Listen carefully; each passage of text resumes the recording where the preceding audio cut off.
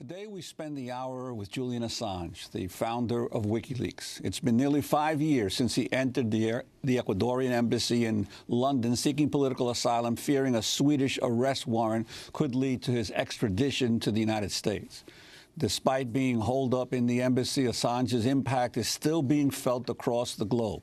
His asylum case recently became an issue in the Ecuadorian presidential election. The right-wing candidate Guillermo Lasso had vowed to remove Assange from the embassy if he won. But Lasso lost to President Rafael Correa's former vice president, Lenin Moreno, who said Assange is welcome to stay.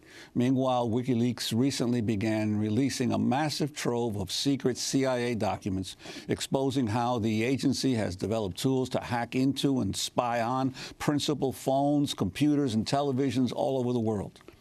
WikiLeaks described the leak as the largest ever release of confidential documents on the CIA. WikiLeaks' activity before the 2016 election is also still generating headlines.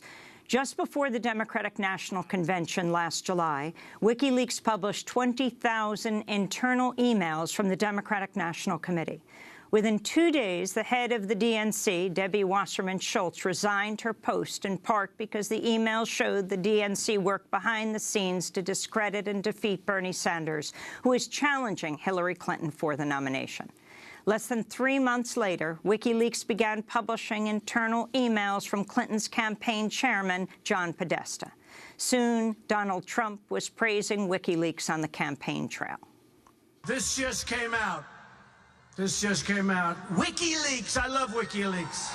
Between October 7th and Election Day, WikiLeaks would go on to publish 20,000 of Podesta's emails, generating a rash of negative stories about the Clinton campaign.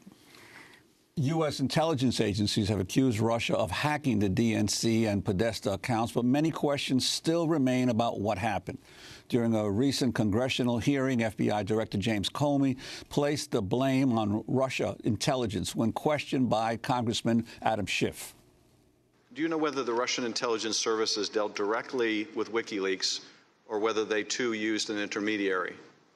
We assessed they used some kind of cutout. They didn't deal directly with WikiLeaks, in contrast to DC Leaks and Guccifer 2.0. That was FBI Director James Comey on March 20th. Well, joining us now from the Ecuadorian embassy in London is Julian Assange, the founder of WikiLeaks. Julian, welcome back to Democracy Now! Good morning, Amy. Did Russia leak the documents, either the DNC documents or the John Podesta emails, to WikiLeaks? We have said quite clearly that our source is not a member of any state, including the Russian government. Now, if you look at these statements by James Comey, James Clapper, going back a couple of months, statements by Barack Obama, they all are harmonious with our description. Now, what the U.S. investigation by James Comey seems to be trying to say, at least in public, is that they perceive that there was some Russian hacking, or at least some hacking from somewhere, of the DNC, other institutions of the United States. In fact, the allegations are that several thousands of people were hacked in those operations. But how do you know? How do you know it's not Russia? How do you know it's not a state actor? Since you usually say you don't know who gives you documents. We look very closely at our publications. We tend to come to a good understanding of them, and so we're not willing to go into details about our source because it might describe the sort of person they are, the sort of jurisdiction that they're in, which could put them at risk.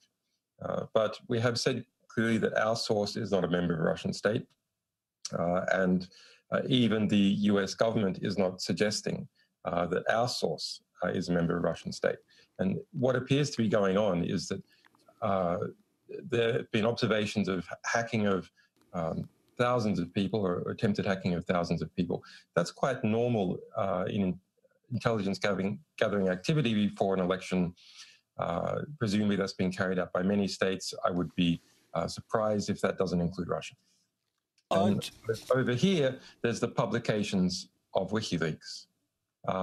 And what there isn't is something in between the middle. So there's a allegation that, well, if there's been hacking here and there's publication over here, then these must be directly, causally, intentionally related. But so far, there's no evidence for that. Julian, I want to turn to a Democratic Congressman, Adam Schiff, speaking at a hearing of the House Intelligence Committee last month. Later in July and after the convention, the first stolen emails detrimental to Hillary Clinton appear on WikiLeaks. A hacker who goes by the moniker Goodman claims responsibility for hacking the DNC and giving the documents to WikiLeaks. But leading private cybersecurity firms, including CrowdStrike, Mandiant, and Threat Connect, review the evidence of the hack and conclude with high certainty that it was the work of APT-28 and APT-29, who are known to be Russian intelligence services. The U.S. intelligence community also later confirms that the documents were in fact stolen by Russian intelligence, and Guccifer acted as a front. Also in late July, candidate Trump praises WikiLeaks, says he loves them, and openly appeals to the Russians to hack his opponents' emails, telling them that they will be richly rewarded by the press. That was Congressman Adam Schiff. Julian, I'm wondering if you could respond to some of the things he's saying in that statement. Well, Mr. Schiff is a Democratic congressman who's trying to whip up a kind of neo-McCarthyist fervor in order to distract from the epic failure of Hillary Clinton and that team when they lost, of all people, to Donald Trump. So it's not particularly interesting. I think we should pull back and put things in context. The United States government, since 1950, has intervened in 81 elections, interfered, to use Schiff's language, in 81 elections. That is not including coups, which have overthrown the government. So there's a long history of the United States doing this to places around the world in infamous ways, and most recently alleged interference in the election of Israel. So I think we should understand that the United States is in a glass house when it comes to allegations of attempting to interfere with or influence election results. But let's look at what is the real meat of this issue. How is it alleged that Russia has interfered in the US election process? Well, they say there's been a variety of hacks. Well, that's quite normal intelligence gathering process as far as can be determined, and a few extremely ineffectual websites such as DC Leaks or Goodman 2.0 that no one really paid any attention to. And then there's our publications, which people really did pay attention to.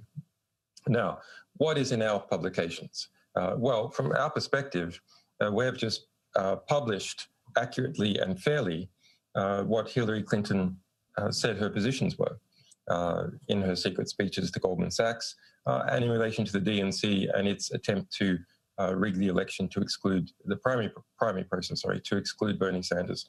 So at the heart of this issue is whether people were told the truth about Hillary Clinton and the DNC.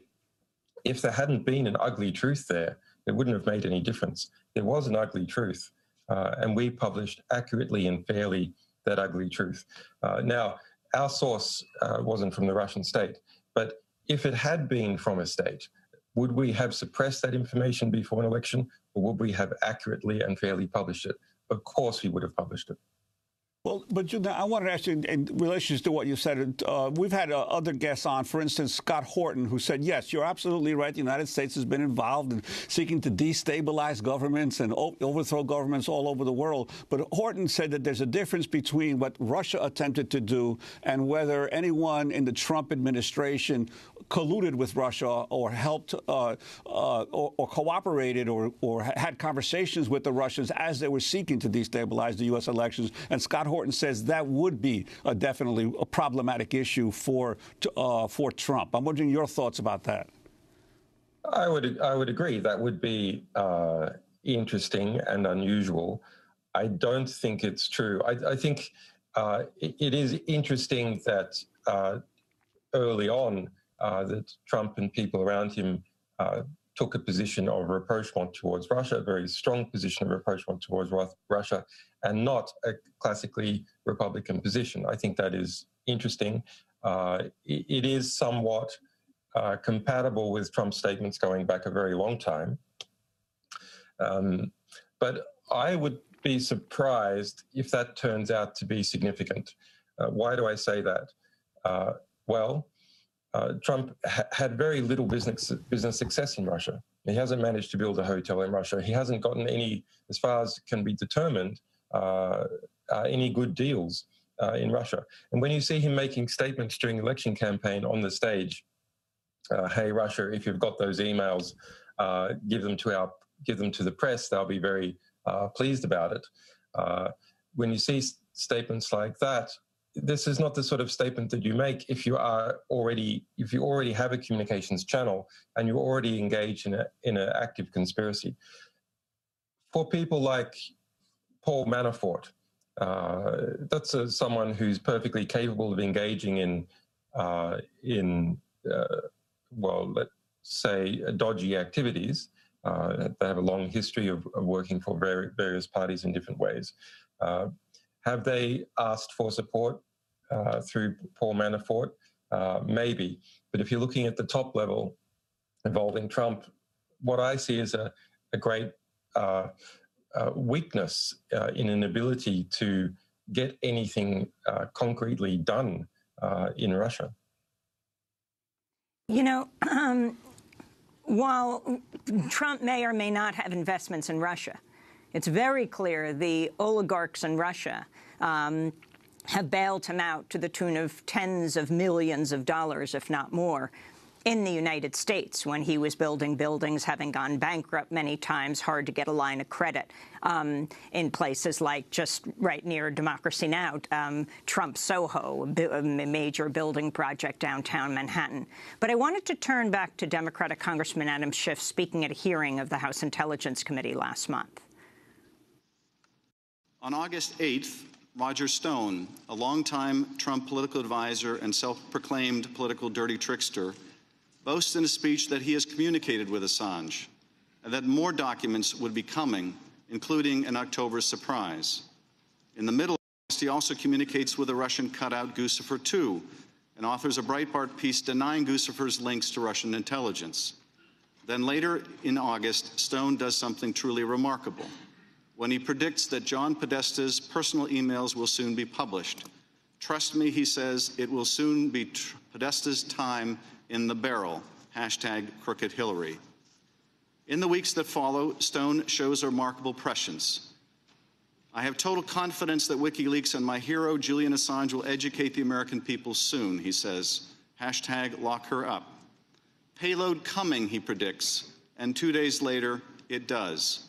WikiLeaks releases its first batch of Podesta emails. The release of John Podesta's emails would then continue on a daily basis up until the election. And this is Trump advisor Roger Stone speaking on August 8th. With regard to the October surprise, what would be your forecast on that, given what Julian Assange has intimated he's going to do? Well, it could be any number of things. I actually have communicated with Assange. I believe the next tranche of his documents pertain to the Clinton Foundation, but there's no telling what the October surprise may be. That was Roger Stone speaking August 8th in Broward County, Florida. If you could respond to the substance of what they're saying, Julian, and explain what is your relationship with Roger Stone? Well, I don't want to be an apologist for these people, but really party politics in the United States is something that everyone has to get away from. This creation of two polarities by different elites that then suck up all the political energy in the country. Well, we can talk a little bit later about what's happened to the Trump administration and this fascinating process that we've been seeing about how many days does it take for the security sector to digest the president. Something like 75 appears to be the answer. Roger Stone, I've never communicated with the guy. He's never communicated with me, other than very recently to say, what are you doing, saying that we have communicated? Please explain, because as far as all our records are concerned, we haven't. He has simply brilliantly inserted himself into this equation. Now, remember, Stone was pushed out in 2015 from the Trump campaign.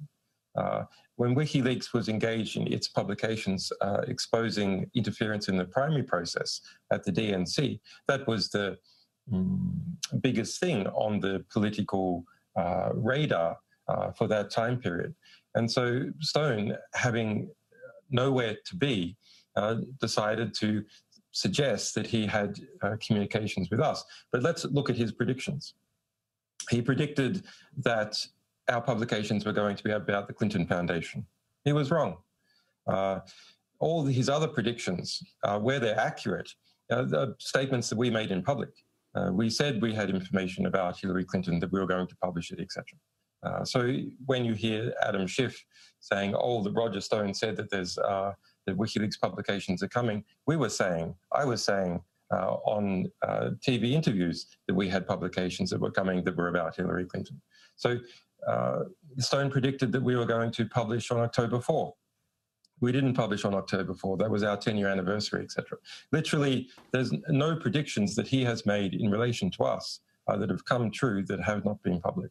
So I think, you have to admire the chutzpah of how he has played on democratic desires to see a connection and has exploited that in order to sell his books and in order to gain prominence. I mean, it's very impressive.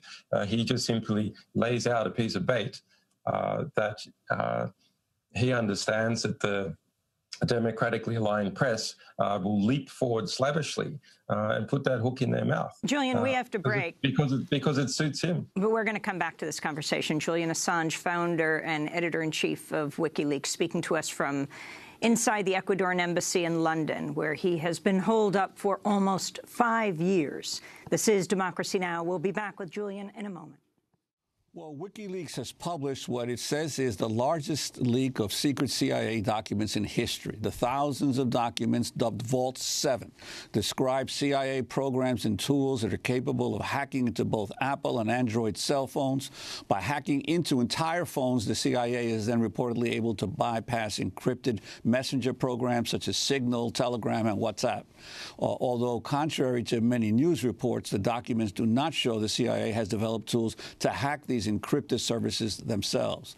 The documents also outline a CIA and British intelligence program called Weeping Angel, through which the spy agency can hack into a Samsung smart television and turn it into a surveillance device that records audio conversations, even when it appears to be off. To talk more about the Vault 7 documents, we're going back to the Ecuadorian embassy in London. We already are joined by Julian Assange, the founder of WikiLeaks. Talk about the significance of this latest release of documents, Julian, that WikiLeaks has engaged in.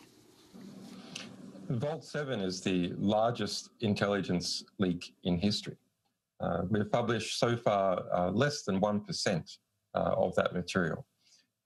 Now, so far, the publications that we have published reveal that the Central Intelligence Agency has decided to create, in the last 10 years, its own captive version of the National Security Agency, not specialized in bulk interception, but specialized in semi-automated hacking processes. That's creation of viruses, Trojans, etc., to put in people's computer systems, telephones, TVs, and have those then report back to CIA listening posts that collect that information and ingest it into the broader CIA process. And also information can be pushed using these mechanisms on to those telephones, computers, et cetera, to, for example, plant information that could implicate someone falsely or perhaps even truly in a crime. So I think it's significant that as the Central Intelligence Agency gained budgetary and political preeminence over the National Security Agency, which used to have a bit bigger budget, in the post 9/11 environment, the CIA's budget is now increased to about 1.5 times that of the National Security Agency. So in response to that increased political power, where increased budgetary spend comes from, it has created its own effective air force using drones and its own large hacker squad. So it is able to do things internally that it would previously have to go out for others to do. So the Central Intelligence Agency, like all institutions, is maximizing its institutional power. And it is slowly succeeding compared to other institutions. Now, in response to the various disclosures about the National Security Agency, most importantly, the Edward Snowden disclosures of 2013, industry has responded to market demand in various places, and various engineers ideologically also invested in this to introduce encryption in WhatsApp, in Signal, more types of encrypted email, and so on. Now, the Central Intelligence Agency's hacking approach does not target the intermediaries like the National Security Agency does for these bulk intercepts. Instead, it targets the endpoints, and then it doesn't need to worry about the encryption. For example, if you and I, Amy, are communicating using, say, Signal on a smartphone, on an Apple or Android, then the Signal encryption protocol is actually quite good. And as far as is known, it cannot be decrypted by an intermediary, bulk spying on communications traffic going across the Atlantic, like the National Security Agency does. But if either you or I have our phones hacked, and the CIA software specializes in doing this, it means that encryption doesn't matter, because the information is gathered either before it's encrypted or after it is decrypted. Well, Julian, in terms of the material you have released so far, you did redact any of the computer codes that you got access to, and you offered to have companies that may be affected by this, tech companies, to provide them the code so they could fix any vulnerabilities. Have any companies taken you up on the offer? Yes, that's a very interesting process, and we knew that it would be. So we made this offer publicly. And we also wrote to a number of the large companies such as Apple, Microsoft, Google, Mozilla, which produces the Mozilla browser, etc. Now, the European companies responded almost immediately. Some even approached us. A couple of US companies, such as Mozilla, responded immediately. And we were also approached by a security engineer at Cisco. Google, Apple, and Microsoft took 8 or 9 days, depending on the company, to respond. Now, that means that they were putting all the users at risk for 8 or 9 days. What was happening in that 8 or 9 days? Well, we hear, we're not sure it's true for all of the companies, but we hear from one of the companies that what was happening is that they were engaging their lawyers, they've been worried about the politics, et cetera, et cetera. My guess is that on the legal front, a type of collaboration involving classified material, it could be argued to be conspiracy to commit espionage. Now, of course, that's not actually practically possible in the US court system, or politically possible.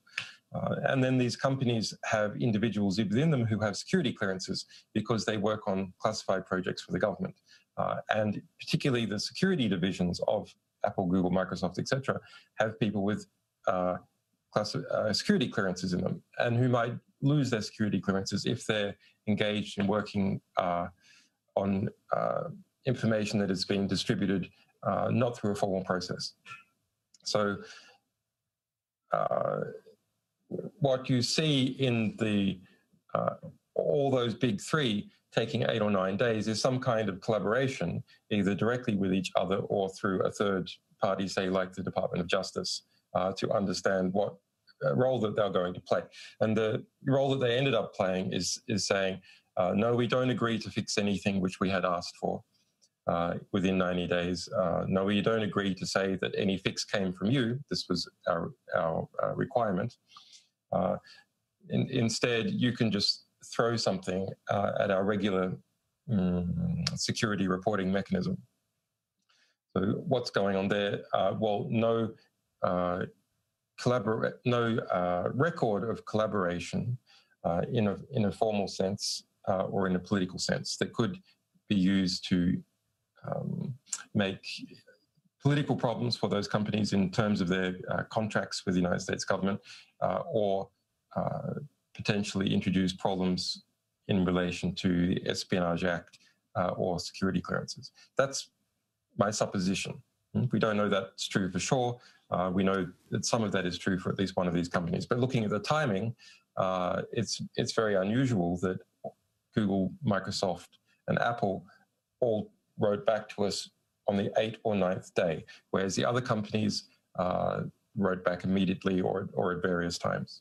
Julian, we have to break again. We're coming back to this conversation. Julian Assange, founder and editor-in-chief of WikiLeaks, speaking to us from the Ecuadorian embassy in London. This is Democracy Now! We'll be back in a minute. Well, in October, The Intercept published a conversation between Glenn Greenwald and Naomi Klein about WikiLeaks' decision to disclose thousands of John Podesta's personal emails. This is part of what Naomi Klein said. I would add, it's not just that they didn't curate it and just dumped it all, right? They are dumping it, but they are doling out the dumps, right?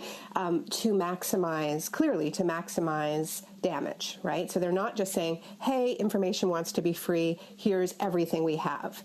Journalists have a field day, go through it, right? They're very clearly looking for maximum media attention. You can tell that just by looking at the WikiLeaks, Twitter feed, and timing it, right before the debates. You've written about how dangerous it is for media organizations to be taking such a highly political approach to this election because they so clearly don't want Trump to get elected. So they're engaging in what you've described as journalistic fraud, right? I agree with you. Right. But we have to acknowledge how political WikiLeaks and Julian are being here. That was Naomi Klein in October. WikiLeaks founder Julian Assange, your response to some of her remarks? Well, I think it's a bit rich for Naomi Klein, who's a very wealthy woman sitting up there in Canada, to be accusing a political prisoner who's been detained for the last 7 years without charge in violation of 2 UN rulings without getting her facts straight. So what is WikiLeaks to do? Sit on and suppress evidence of interference in the DNC process? Wait until after the DNC Congress to publish that information? That would be deeply unethical for this organization. I would argue it would be deeply unethical for any media organization, but for this organization it would be deeply unethical. We have a commitment to the public that we will not suppress information like that, and we have a commitment to sources who come forward taking risks to give us information that we will publish it in a timely fashion once we have verified that it is completely accurate. Now, do we wish that we had more money and could process information faster? Of course we do. But we did manage to get that publication out before the DNC, and I think that was very important so that people involved in that process could understand who it was that they were choosing to go for. Now, let's be realistic. Naomi has a particular issue, a very important issue, and I agree it's an important issue, which is climate change. And so she was willing to attack anyone in her campaign to make sure Hillary Clinton was elected because she perceived that Hillary Clinton would do better on climate change. And I agree it's a very serious issue. But in relation to WikiLeaks, we are an organization that has a commitment to the public to publish true information and not suppress it, and to make sure that as many people read it as possible. Is it true that the way that we staged our publishing process increase the engagement of people in reading our material, going through it, et cetera, et cetera? Of course it is. Did we do a good job? Did we do a good job in getting people, enticing people to read and report on our material? Yes, we did. And we will do that for any source, any whistleblower that comes to us and gives us information. And we will try and maximize the amount of readers that come as a result of the risks that those people take. That's our promise to the public, to our readers, and to our sources. You know, early in the campaign, Naomi did write an article that clearly supporting Bernie Sanders, writing Hillary Clinton cannot be trusted. But we are also joined by Alan Nairn, longtime investigative journalist and activist. Alan, if you can weigh in this discussion right now as we talk to Julian Assange and the Ecuadorian embassy. Well, I have a brief question for Julian Assange.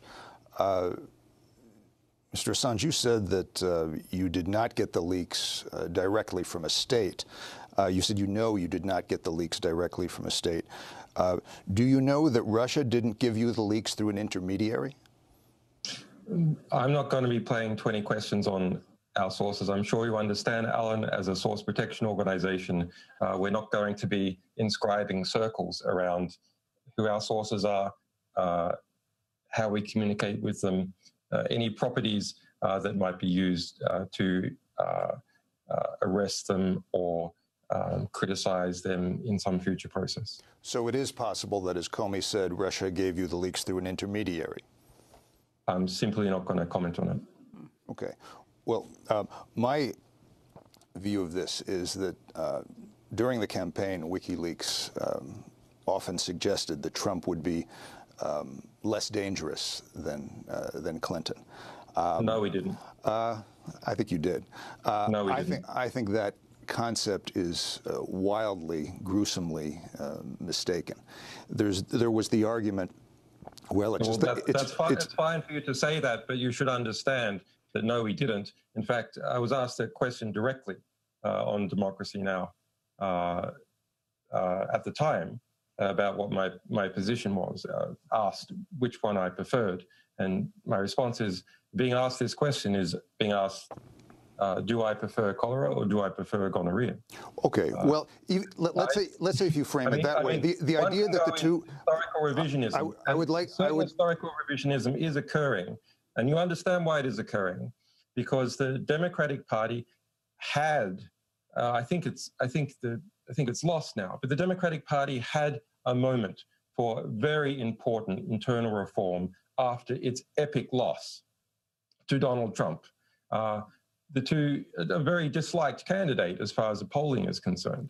So the Democratic Party had an epic loss. Who was responsible for that epic loss? The Democrats. Well, the Democratic Party was, and its various structures, its institutions, etc. The Democrats are responsible for that epic loss, no question. But if was those people telling the public the truth, if those people are not responsible, people take the truth and they absorb it and they think about it and they do what they want with it. And the reality is the American people so disliked what was being offered to them by the Democratic Party that they decided that they preferred to blow it all up rather than have Hillary Clinton. They decided they would throw the Trump grenade. I agree with that. However, I would note that the Trump campaign thought that WikiLeaks was on their side. Now, the idea that Mr. Assange just suggested that Trump and Clinton were equally dangerous, two different deadly diseases, I think is wildly and gruesomely mistaken. Clinton represented a criminal establishment, but Trump and the people he brought in with him make it worse, make it even more criminal.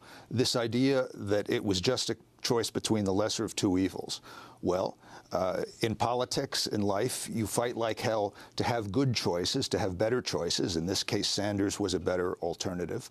But once that is no longer possible, then of course you choose the lesser evil. What do you want? More evil? More killing? More pollution? More abuse of immigrants? More racism? More impunity for corporations? More aid to death squads? More spending for the military? All of that is what you get with Trump, in distinction to the other bad things you would have gotten with Clinton. And the win of Clinton was not, or I'm sorry, the victory of Trump was not equally as bad as it would have been if Clinton had lost. It's a catastrophe. It's an utter catastrophe. And those who are poorest, those who are already most oppressed and most vulnerable, are the ones who are suffering most as a result. And we ain't seen nothing yet. They're just getting started. Now with Gorsuch coming on the Supreme Court, and with the possibility that the legislative filibuster in the Senate will be abolished, as well as the Supreme Court filibuster, if that happens, that will give Trump and the radical Republican right, who now control the Congress, essentially absolute power. The only thing standing in their way will be some federal judges, which means that within the system there will be no blocking power. There will be nothing to stop them.